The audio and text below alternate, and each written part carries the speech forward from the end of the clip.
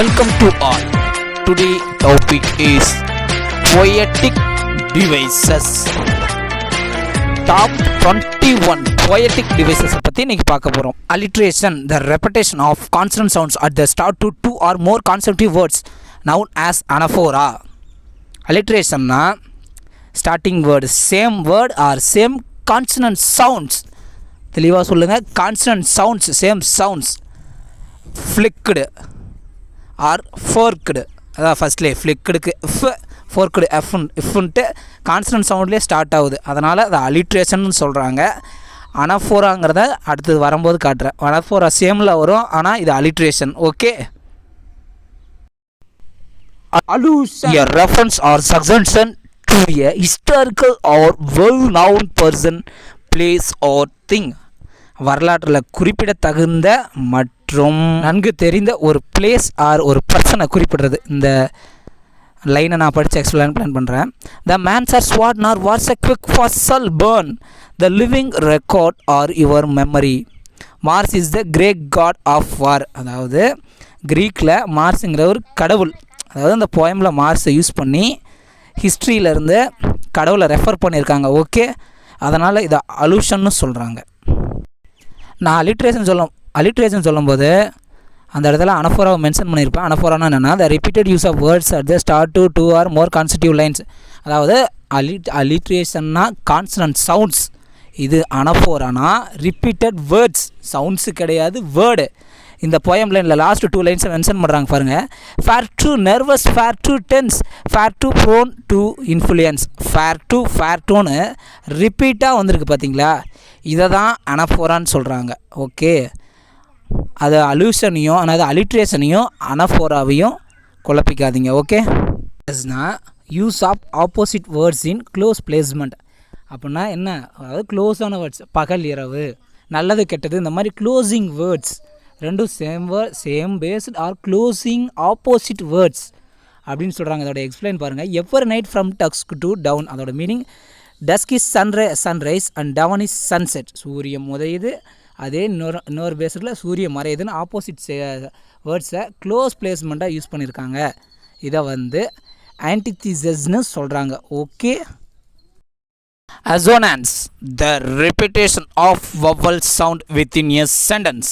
அதாவது பொயட்டிக் லைன்ஸில் vowel sounds வருதுனாவே அதை அசோனன்ஸ்னு சொல்லுவாங்க. இந்த லைன்ஸில் மென் விமன்னு சவுண்ட்ஸ் வந்திருக்கு, இட்ஸ் கால்டு அசோனன்ஸ்னு சொல்கிறாங்க. அகைன் நான் சொல்கிறேன், vowel sounds. Okay, 12 vowel sounds வந்ததுனாவே அது அசோனன்ஸ்னு சொல்கிறாங்க. Okay. Ascendation, your writing style in which conjunctions are omitted between words praise us our class. அப்படின்னா என்ன, கன்ஜக்ஷன் வேர்டு டூ, அதாவது ஒரு சென்டென்ஸை ஜாயின் பண்ண இசுவாசு டூன்ட்டு பட்டு தோ இந்த மாதிரி கன்ஜக்ஷன் வேர்ட்ஸ், அதாவது ஒரு சென்டென்ஸை ஜாயின் பண்ண ஒரு வேர்டு யூஸ் பண்ணுதுன்னா அதை கன்ஜக்ஷன் வேர்டுன்னு சொல்லுவாங்க. அந்த கன்ஜக்ஷன் வேர்டு யூஸ் பண்ணாத ஒரு சென்டென்ஸ் வந்ததுனாவே அதை என்னன்னு சொல்லுவாங்கன்னா அசிண்டேஷன் அப்படின்னு சொல்லுவாங்க. அதே மாதிரி எக்ஸ்பிளைன் பண்ணியிருக்காங்க பாருங்கள். I sleep, I slight, I gloom, I glance, there are no conjunction used in between the 4 words. Conjunction வேர்ட்ஸை இல்லாத யூஸ் பண்ணியிருக்காங்க, அதை தான் அசிண்டேஷன்னு சொல்கிறாங்க. Okay. Consonance, the repetition of consonant sounds in a sentence. It can be at the beginning, middle or end of the word. அதாவது என்ன சொல்கிறாங்க, repetition of consonant sounds, vowel sounds எப்படி 20 இருக்கோ அதே பேஸில் கான்ஸ்டன்ட் சவுண்ட்ஸ் 24 சவுண்ட்ஸ் இருக்குது. அந்த சவுண்ட்ஸில் எந்த சவுண்ட்ஸ் வந்து மிடில் வந்தாலும் சரி, மிடில் ஆஃப் த வேர்டில் வந்தாலும் சரி, ஆரம்பத்தில் வந்தாலும் சரி, எண்ட் ஆஃப் த வேர்டில் வந்தாலும் சரி, அந்த சென்டென்ஸ் லைனை என்னென்னு சொல்லுவாங்கன்னா கான்சனன்ட் சொல்லுவாங்க. அதே மாதிரி திஸ் லைனில் எங்கே வந்திருக்குன்னா then unswept stone basemate with stellis time. இந்த இடத்துல the use of consonant sound S R T in the beginning or middle or end on the words எல்லா வேர்ட்லையும் யூஸ் பண்ணியிருக்காங்க. தென் அன்ஸ்வெப்ட், அதாவது ஸ்வெப்டில் எஸ்ஸும் வந்திருக்கு, டும் வந்திருக்கு, டீயும் வந்திருக்கு. ஓகே, அதே தான், இதை தான் கான்சனன்ட்ஸ்னு சொல்கிறாங்க. ஓகே. என்ஜாப்மெண்ட்ஸ் அப்படின்னா என்ன, என்ஜாப்மெண்ட்னா when a sentence continue 2 or more lines in a poem, அதாவது ஒரே சென்டென்ஸு இந்த போயமில் கண்டினியூ ஆச்சுன்னா அதை சொல்லுவாங்க. அதை தான் என்ஜாய்மெண்ட்டுன்னு சொல்லுவாங்க. கீழே எக்ஸாம்பிளையும் பாருங்கள். த டெல்லுங்கிற வேர்டு கண்டினியூ ஆகிட்டே இருக்கும், ஒரு லைன் விட்டு ஒரு லைன். அண்ட் எட்டுங்கிற வேர்டுமே ஒரு லைன் விட்டு ஒரு லைன் கண்டினியூ ஆகிருக்கும். அதை தான் என்ஜாய்மெண்ட்டுன்னு சொல்லுவாங்க. ஐ திங்க் மோஸ்ட் ஆஃப் போயம்ஸில் என்ஜாய்மெண்ட்டு இருக்க வாய்ப்பு இருக்குது. Okay friends. Hyperbole, it is a Greek word meaning overcasting. ஹைப்பர்போலுக்கு Greek வேர்டு மீனிங் வந்து overcasting. The use of exaggeration to lay emphasise. அப்படின்னா என்ன? ஹைப்பர்போல்னாவே தன்னை எக்ஸ்பெக்டேஷன், அதாவது உயர்த்தி கம்பேர் பண்ணி, நான் சாதாரண மனிதன் ஒரு ராஜாவோட கம்பேர் பண்ணுறது, ஒரு பிக்கஸ்ட் கம்பேர் நான் கடவுளுக்கு இணை அப்படின்னு மாதிரி ஒரு கம்பேரிசனோட சொல்கிறது. எக்ஸாம்பிள் பாருங்கள். My name is Ozymandias, kings of Kings.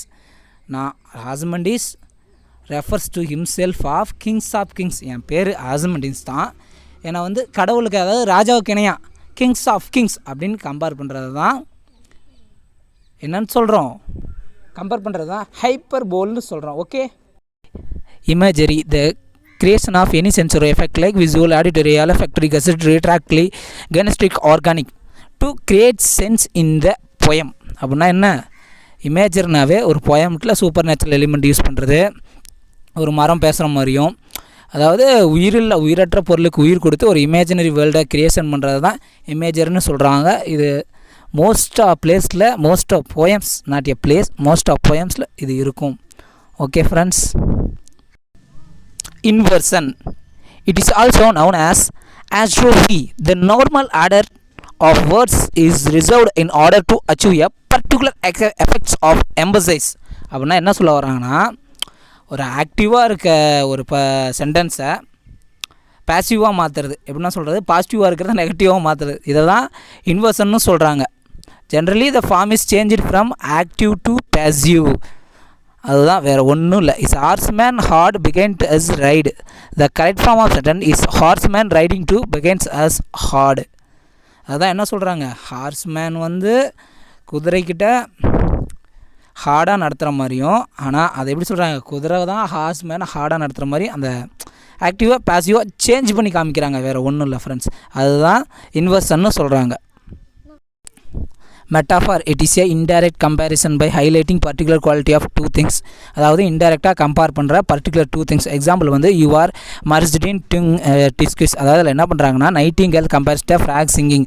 நைட்டிங்கேலில் ஒரு ஃப்ராக் சிங்கிங்கோட கம்பேர் பண்ணுறாங்க. Ability with in the great musician Mozart. என்ன சொல்கிறாங்க, மொசார்ட்டை எடுத்துகிட்டு வந்து இங்கே கம்பேர் பண்ணுறாங்க. வேறு ஒன்றும் இல்லை. Indirectly compare to the highlighting two things. It is called metaphor. Onomatopoeia, it is use of sound words in create a dramatic effect. Onomatopoeia ஒன்றும் இல்லை, ஒன் டைப் ஆஃப் சவுண்ட். அந்த சவுண்டு வந்து இந்த, அதாவது அந்த போயமுக்கே ஒரு எஃபெக்டிவாக இருக்கணும். அது ஒரு மெயின் கான்செப்ட். இந்த சவுண்டை வச்சு பேஸ்டாக அந்த போயம் போகும். அதுதான் ஓனோமெட்டாஃபியான்னு சொல்லுவாங்க. இதில் இந்த எக்ஸ்பிளைனில் போயம் வந்து க்ரோக்கடு அப்படிங்கிற ஒரு சவுண்டை யூஸ் பண்ணியிருக்காங்க. அப்படின்னா அதோட ஃப்ராக் கத்துற மாதிரி ஒரு சத்தம், அதை வந்து இந்த போயம் யூஸ் பண்ணியிருக்காரு. Okay. Oxymoron, it is when apparently contradictory terms appearing in conjunction. அப்படின்னா என்னன்னா, இதோட வேர்ட்ஸ் ஆப்போசிட் கிடையாது, வேர்ட்ஸோட மீனிங் ஆப்போசிட்னு சொல்கிறாங்க. வேறு ஒன்றும் இல்லை. Again ask to what is ஆக்சிமோரன்னா, வேறு ஆக்சிமோரனோட வேர்டு ஆப்போசிட் கிடையாது, அந்த வேர்டோட மீனிங் ஆப்போசிட்னு சொல்கிறாங்க. It is called ஆக்சிமோரன்.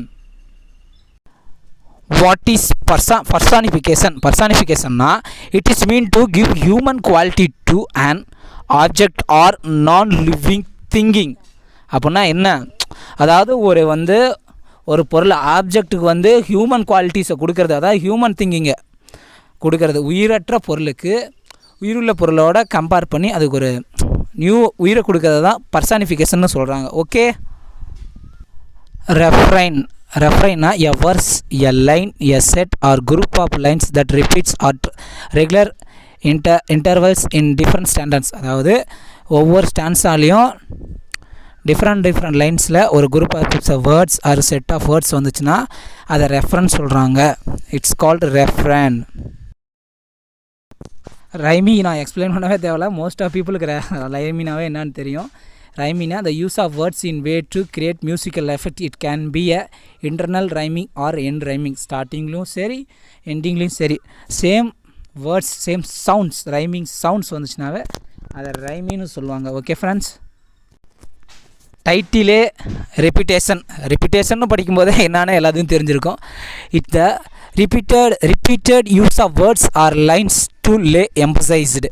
ரிப்பீட்டட் வேர்ட்ஸும் சரி லைன் சென்டென்ஸ் அகைன் ரிப்பீட்டே வந்துட்டுச்சுன்னா இதை ரிப்பீட்டேஷன் சொல்லுவாங்க. Okay friends, simile it is the comparison between two things or person by using likes or as. அதாவது ஒரு சென்டென்ஸில் லைக்கு அல்லது ஆஸ்ன்னு வந்துச்சுன்னா இதை சிமிலின்னு சொல்கிறாங்க. ஓகே, ஒரு சென்டென்ஸில் லைக்கு அல்லது ஆஸ்ன்னு வந்துச்சுன்னா அதை அந்த சென்டென்ஸை சிமிலின்னு சொல்கிறாங்க. Okay, syncotech it's a word or phrase in which a part of something is to refer to the whole or of it. அப்படின்னா என்ன, syncotechனா ப்ரேஸ் யூஸ் பண்ணியிருக்கணும். ப்ரேஸ்னால் என்னென்னு உங்களுக்கு சொல்லவே தேவையில்ல, எல்லாத்துக்குமே தெரியும்.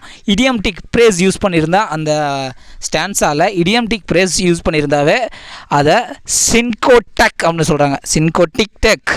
Okay, transferred epithet it is an adjective used within a noun refers to another noun. அதாவது நவுனை ரெஃபர் பண்ணி இன்னொரு நவுனு கிரியேட் ஆகுதில்ல, அதை தான் ட்ரான்ஸ்ஃபர்டு எபித்தட்னு சொல்கிறாங்க. ஓகே ஃப்ரெண்ட்ஸ், தேங்க்யூ ஃபார் வாட்சிங் my video. Please like and subscribe. Bye.